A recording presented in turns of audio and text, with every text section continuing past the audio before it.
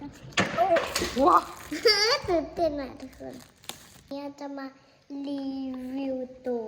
ซับโอนเนอร์อันนี้แม่ตัวซับรุ่นใหม่มาแกะนี่อุ้ยทุกคนขาดเลยตื่นเต้นหน่อยทุกคนนี่อันนี้มันโอนเนอร์แกะออกมาได้สีฟ้าจะใส่ให้เบิ่งเด้อโคตรใหญ่เดี๋ยวได้ทุกคนใส่กันว้าแตกหรือยังบุแตกว้าวบุแตกซ้ำมันตกแหงยังบุแตกซ้ำว้ายังบุแตกซ้ำเด้อทุกคนนี่ทุกคนตกกับบุแตกใส่น้ำกับบุแตก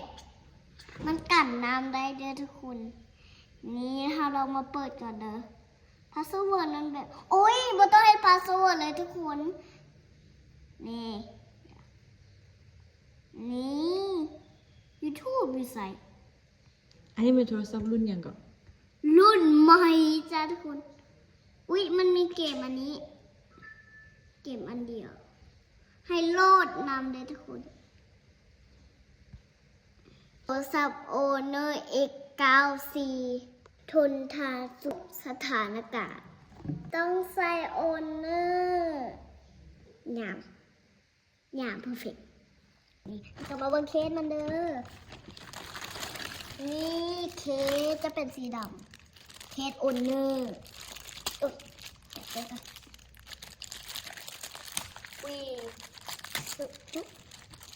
นี่ทุกคนเอานี่ออกก่อนให้ขาวนะนี่ก็เอาเพิ่งใส่อันนี้เลยแต่นี่ใส่ได้แล้วนี่แล้วก่อนยังมีอีกเด้ออยู่ในนี่ใส่ซาทุกคนอยู่ในมันมีอ่ะอุ้ยทุกคนเบาไร้สายเด้อทุกคนเดี๋ยวอุ้ยแก้ได้เลยนี่ถ้าจะเอาให้เมย์เด้อทุกคนดึงนี่ดึงได้แล้วว้าวมาเบิ่งข้างในว้าวอันนี้ตกอย่างกับแตะเป็นตัวซับโอนเนอร์ไซโอนเนอร์